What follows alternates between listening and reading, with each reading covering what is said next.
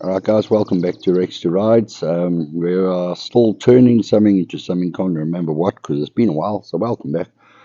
Today here is our lovely 88 Land Cruiser, mint original condition, still going strong, quite low mileage actually. Pardon me, not too bad. Interior is good, it's got covers on, the seats are still great. Only on 282, lovely.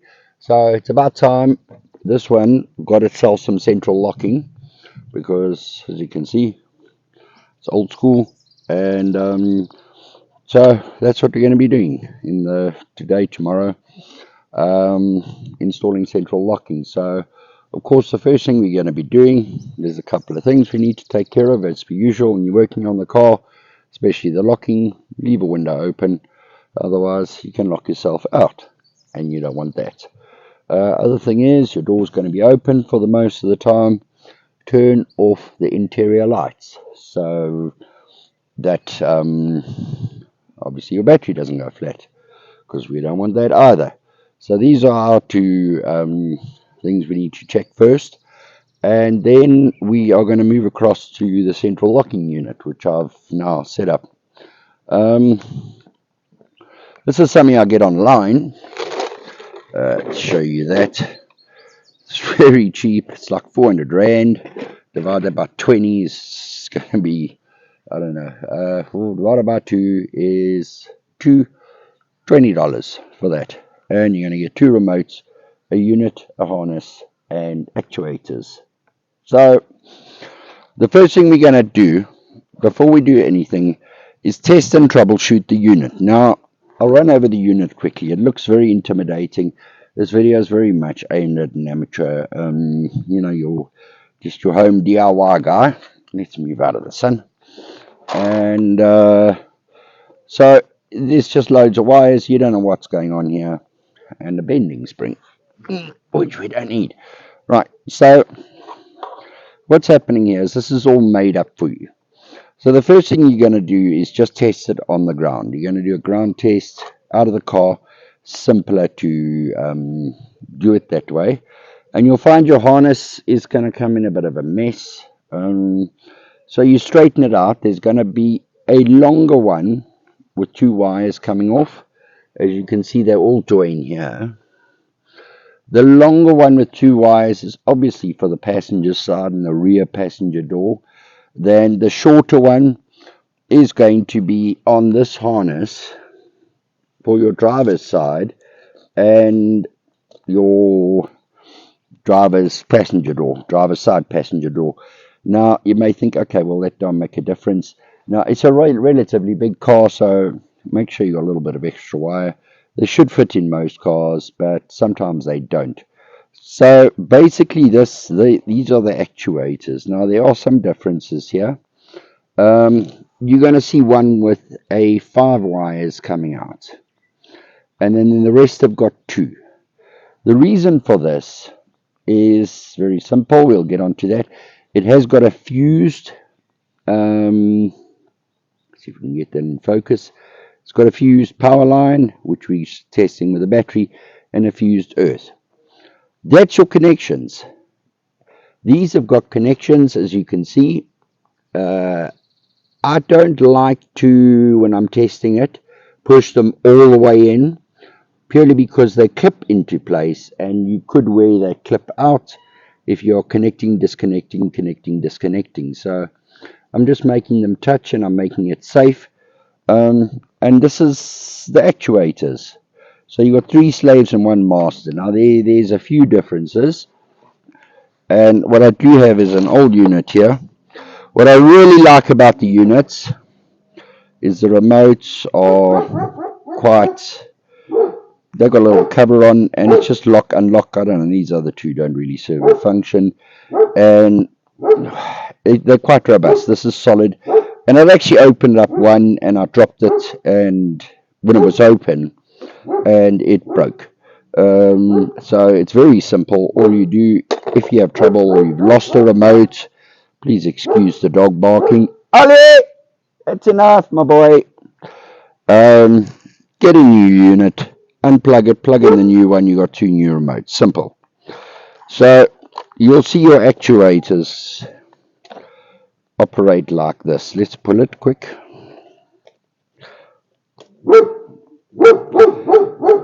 And all that is a solenoid. And what you're going to see is, I've not thought this through nicely. If you put the polarity through one way, it does one thing. Now it's unlocking. You do it the other way, and it locks. So it's a very polarity driven system. So that's all it is. And this unit switches the polarity. What I like about this unit is it does once. Ali, genoeg nou. Good boy. Is that it's not more complicated than, this is the dog. This is the culprit. Hey, get out of here. Jeez. Go lie down. Good boy. Is that it's not more complicated. I've tried the other systems that connect to the brakes and do this and do that. None of them really work. This is simple. It locks and unlocks the doors. And I don't think you really need to have anything a lot more complex than that. What I also like about it is that you can put this polarity driven relay in here. Where's one? Over there, you can wire it in. So basically with this, I'm not going to go into details, it is double coil. So that's a coil, that's a coil, that's a common, and that's a open and open. They're both closed, or it's a latching relay. So this is covered more, but basically you put current through one way in one of the coils, and it will switch it. You put it the other way, it'll switch it, and then it latches. So there you can start playing around. There is a video on relays and everything.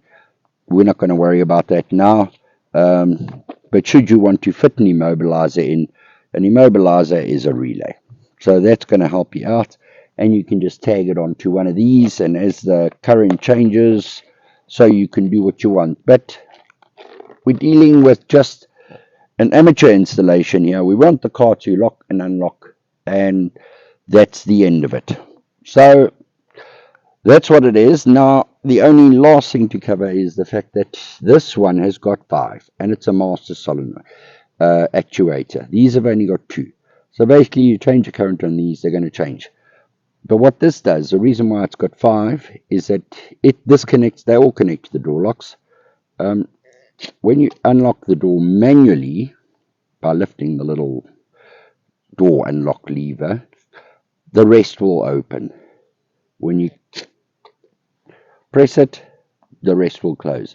So you can activate the system by, if you put your driver's door key, or if you lift the little lock or unlock, it will unlock and lock the rest of the car, which I quite like. That's why we have a master one, and that feeds back to here. It also has a simple 2 little lines coming out, and those are, that just connects to a dashboard switch or whatever you want.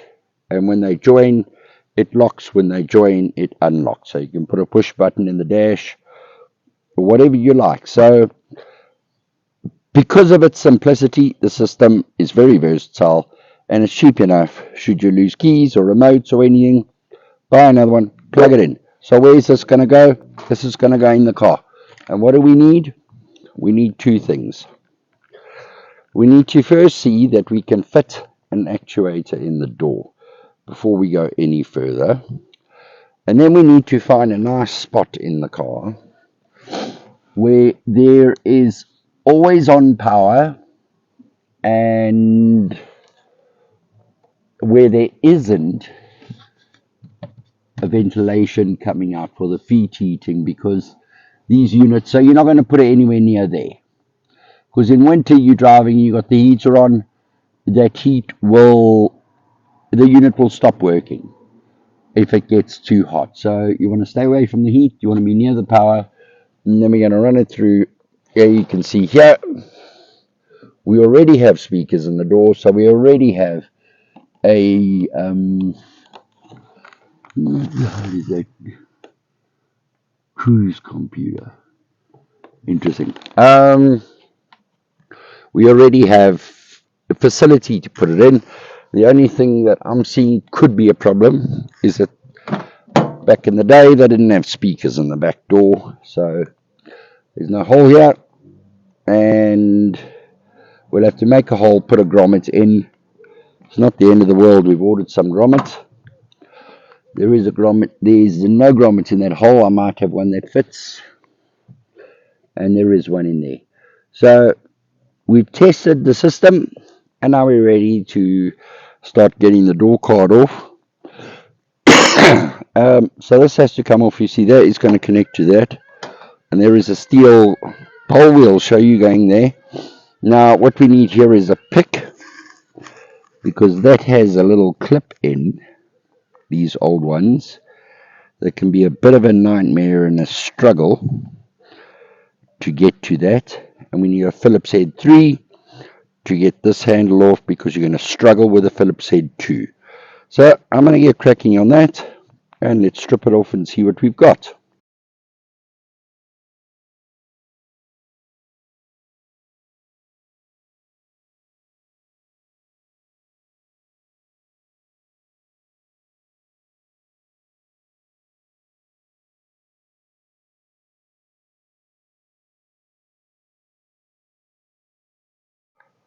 Alright guys, as you can see, door card's off, and the biggest challenge is finding a place to put the actuator. So, you know, you can put it upside down, then you just reverse these, or where are you going to put it? So when you look, here's the door lock and here's its mechanism. You check that travel is good, we're okay there. Now inside there is a little cover to protect anything from hitting the glass, I would imagine. So remember, this your steel attachment must come on first. To see, now you don't want this thing anything other than parallel with that door mechanism, as parallel as can be. So what I've decided, it mounts with 2 screws. There's also this plate, if you had to, like say, put it over here. You can put a bit of a bend in it. So what we could actually do, you know, we could put it something like that, and it's actually not a bad idea. And then we just put a bend in this, but you do want it as straight as possible. You see, if I do that, it's going to interfere with this. So I actually want to get it to line up. I've taken out these door clip holes, and I can get it. See, there's our one screw there. You can see it's a little hole sticking out there. Well, you can't, but yeah. In the middle of these two. Let's get a better overall picture. And then that's running pretty parallel with that. So the way to do this, you got to be careful of what's going to be poking out there, because this blue clip has to go back into there, and then it's got to work. So this is your biggest challenge, is figuring out where we can put this. I've decided I'm going to put it here. There's enough room between the two. And what I can do is, at this bottom hole, measure with my finger from here to there. There is a lip there, so just above the lip. If I put it just above the lip, it's going to clear. And then I'm going to drill there. You see the screws come on there. And then the next screw, see, it just clears, is going to be about here. So I can do that right now, and then screw it on. I'm going to test with this, although I suppose we can install the master straight up and then test it. So that's our challenge, is to find that. Remember, before you fit it, that thing, however you've shaped it, has to be on, because that's how it goes. So there's a fair bit of play, but you don't want it at too much of an angle. You want it straight as possible. Got a nice tidy little hole here. It's open, and I can fit the unit in there and get some power off there. This thing had a cruise control. Yeah, that's just lying in there. So we'll get power. So next up, let's get an actuator in and let's test it. Obviously, when you are checking where you're going to put your actuator, put your window winder back on, not with a plastic clip, or the clip, of course. See, this is what I'm talking about. Got that clip, which is lost. That clip there. That clip goes onto there, and that's what prevents it from coming off. So you need a little pick to pull it off there. This one came off quite easily, so we're happy with that. Right, let's fit an actuator. Oh yes, I was saying, before we do that, just obviously test when your window comes down that it's going to clear all your locking mechanisms, because you don't want to fit this thing, drill holes, everything, and then you can't open the window. So we keep that on, and yeah, another trick, wind up your glass before you start drilling holes. Right, let's do it.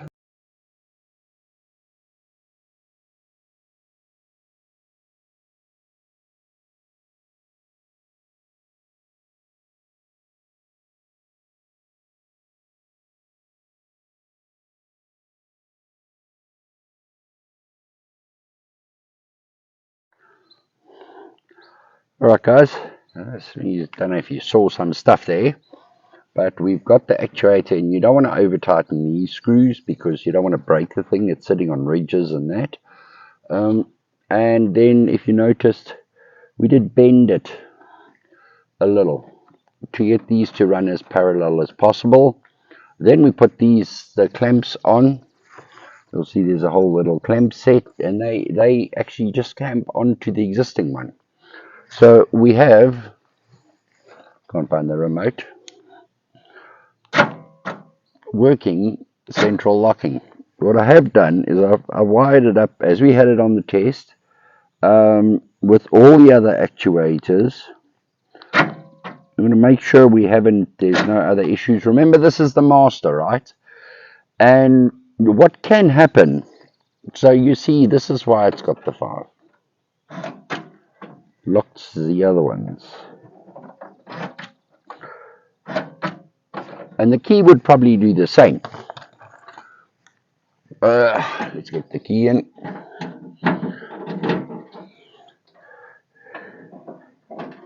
That's one way, that's probably lock. Oh, bugger. Bloody key. Probably do with a bit of oil.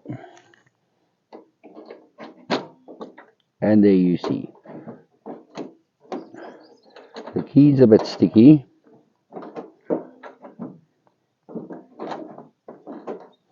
For some reason. We'll have to oil that, I think. But what I wanted to determine here,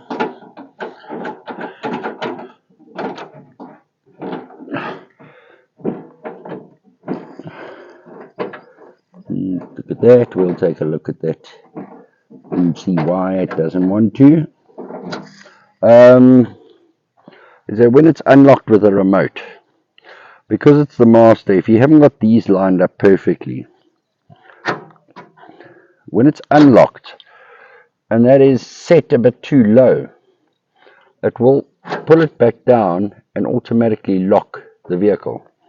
So I like to leave it unlocked, go make a cup of coffee, take a break, and then leave it locked and see what happens there.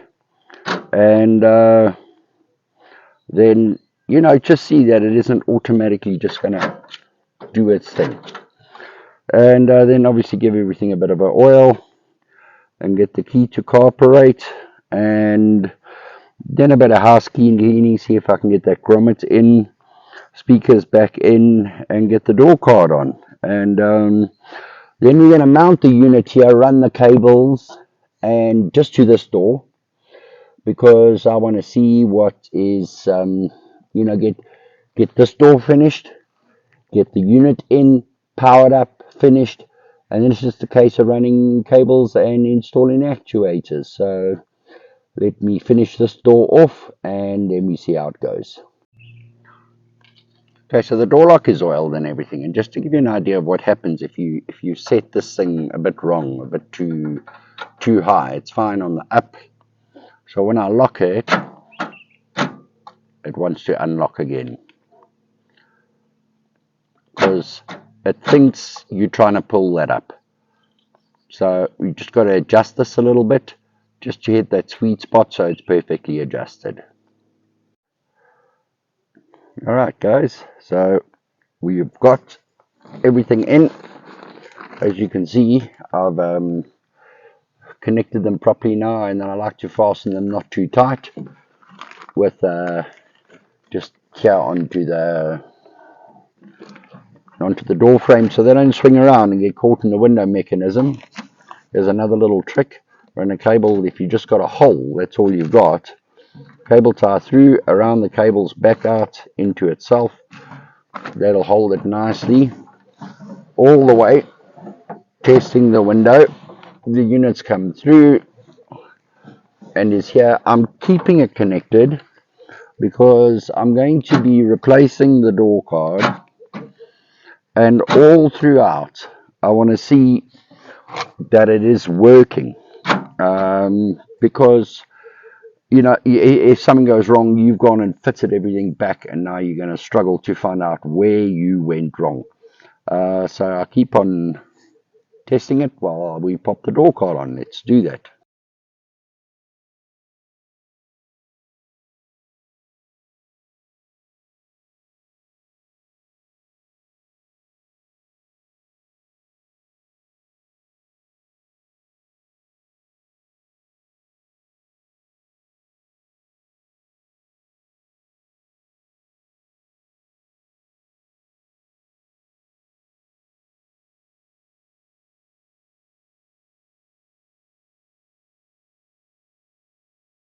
Right.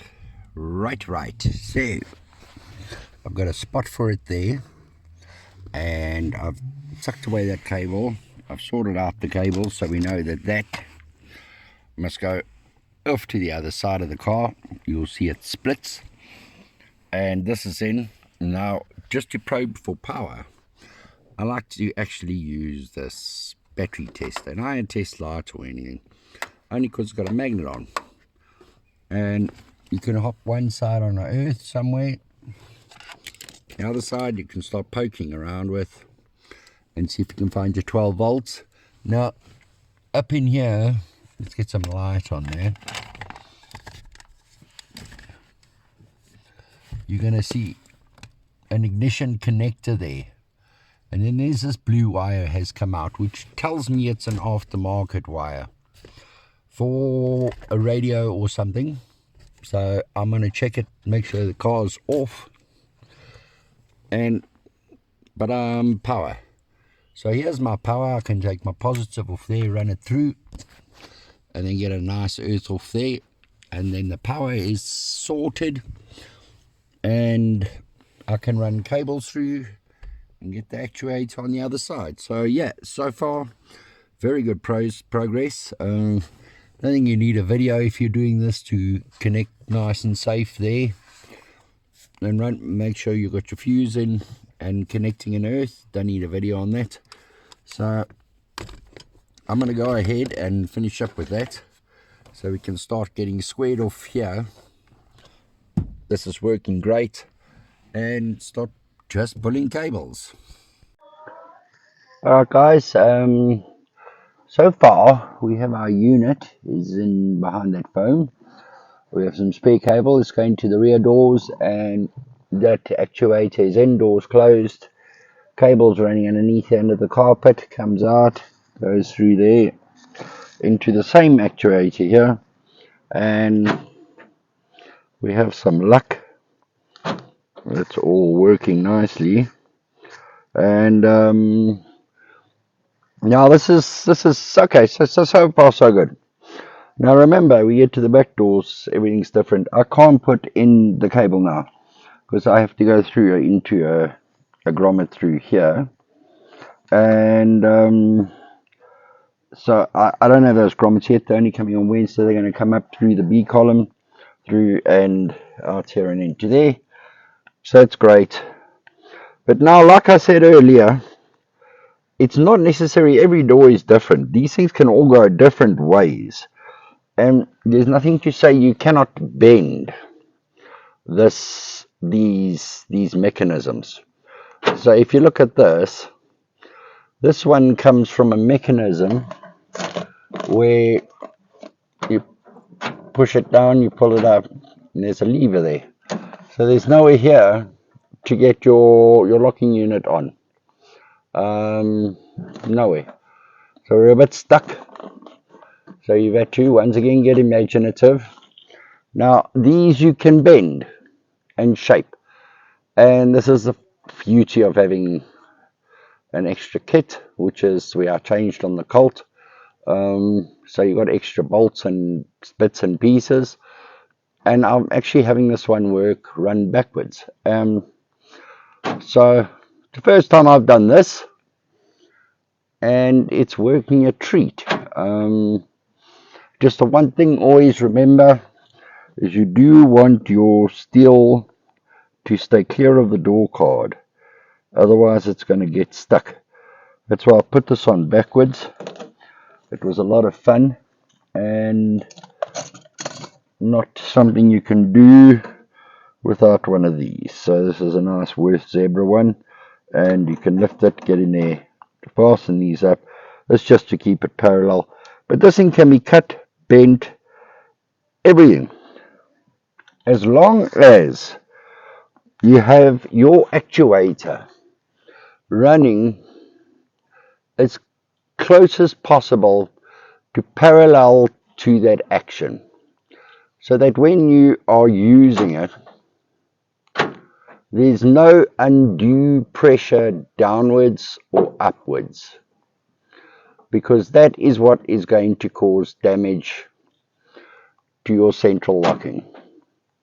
So that you can see is for the most pulling nice straight direction. It's actually on the hook there, so I could actually put something on there just to hold it, but I don't think there's a need for it. It is running great, and here you can just support it, so it's one screw, another screw, and that's it, job done. So that's the basics of the central locking. I'm just going to unlock it. Here's the shorty Land Cruiser. Lots of Land Cruisers, lots of fun in it. So here you can see